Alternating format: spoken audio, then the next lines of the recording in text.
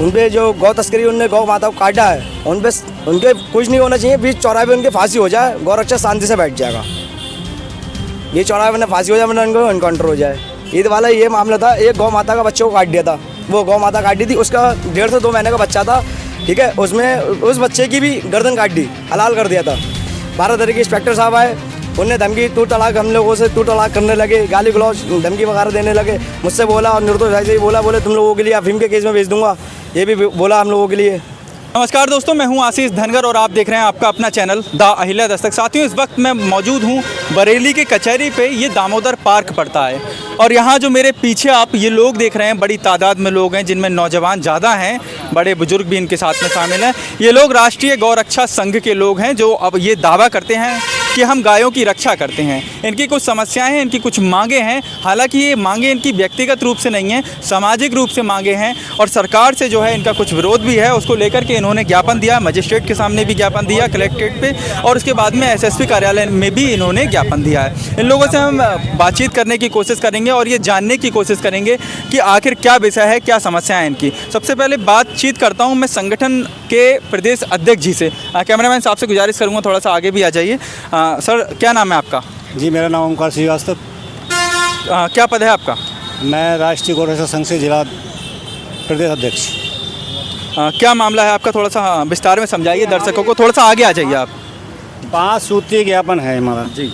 ये कि हमारे सभी ज़िले के जितनी भी दुकानें हैं, ज़िले या कस्बे जो भी हों, मांस की, मुर्गा की जो भी दुकानें हैं, वो सब बंद कराई जाएँ और बंद करा के एक ऐसे स्थान पे जो जहाँ बस्ती ना हो वहाँ मार्केट उनकी खोल दी है, कोई दिक्कत नहीं है नहीं, जिससे हमारे शहर में कस्बा में गंदगी ना हो। और क्या मांगे हैं आपकी? दूसरी मांग ये है कि गौ तस्कर,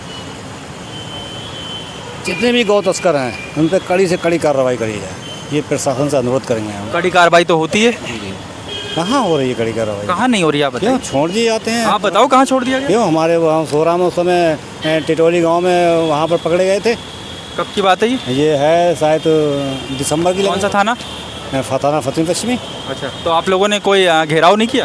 घेराव किया था, फिर कोई न्याय नहीं मिल पाया? 3-4 लोग बंद कराए थे, उसके बाद में छोड़ दिए गए। उच्च अधिकारियों से मिले आप लोग? ना, उस समय ना मिलते। निचले स्तर पे फिर कैसे, कई बार ऐसा हो जाता है तो आपको फिर उच्च अधिकारियों से भी ज्ञापन भी दिया था। अच्छा। हाँ। फिर भी कोई कार्रवाई नहीं हो पाई? और क्या मांगे आपकी? और मांगे हमारी ये है, यही शहरी ग्रामीण क्षेत्रों में गौ माता को जो मतलब दूध निकाल के छोड़ दिए जाते हैं हमने, और फिर बाद में दूध समय के अनुसार उन्होंने पकड़ लिया, फिर दूध और छोड़ दिया, उन पर कड़ी कार्रवाई होना चाहिए। और क्या मांगे? और ये है कि संगठन के नवगति गौरक्षा आर्मी की रोड पर घूम रहे चोटिल गौवंशों को उपचार हेतु संदिग्ध वाहनों को रुकवा कर जानकारी प्राप्त करने के लिए सहयोग प्रदान करने की कृपा करें। और ये है कि हमारे संगठन के पदाधिकारियों को लिए सख्त लाइसेंस दिलाए जाएँ। इनकी कुछ मांगे हैं जो कि संगठन में, ये जो लेटर पैड है इनका, इस पे लिखा हुआ राष्ट्रीय गौरक्षा संघ।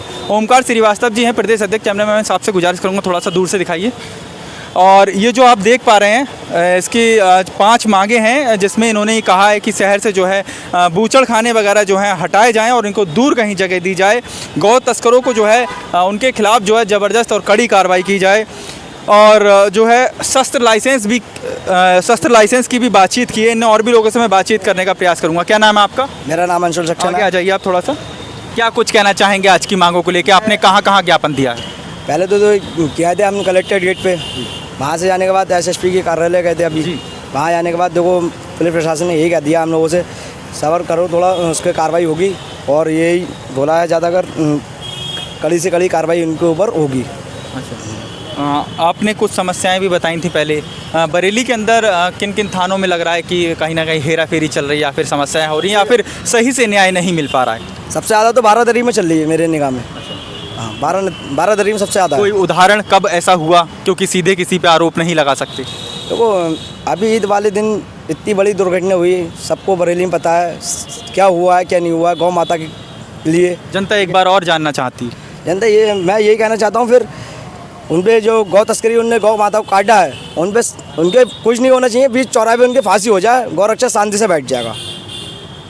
बीच चौराहे पे फांसी हो जाए, वरना उनको एनकाउंटर हो जाए। बस ये इतना कहना चाहता हूँ। ईद वाला क्या मामला था?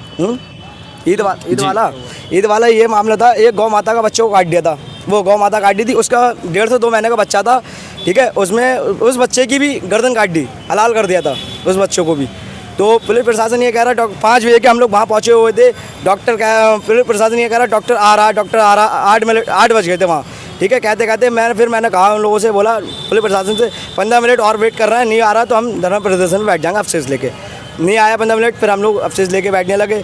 12 तारीख के इंस्पेक्टर साहब आए, उनने धमकी तूड़ तड़ाक हम लोगों से तूड़ तड़ाक करने लगे, गाली गलौज धमकी वगैरह देने लगे। मुझसे बोला और निर्दोष भाई से ही बोले तुम लोगों के लिए अफीम के केस में भेज दूंगा, ये भी बोला हम लोगों के लिए।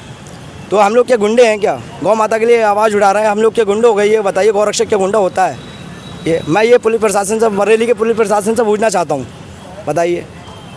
मैं ये इतना ही कहना चाहता हूँ, हद से ज़्यादा इनका पहले भाई इनका इनकाउंटर होना चाहिए, और जो गौ तस्करी कर रहा है और गौ हत्या कर रहा है, आज दिन उनके लिए गौ हत्या होनी चाहिए, उनका इनकाउंटर होना चाहिए।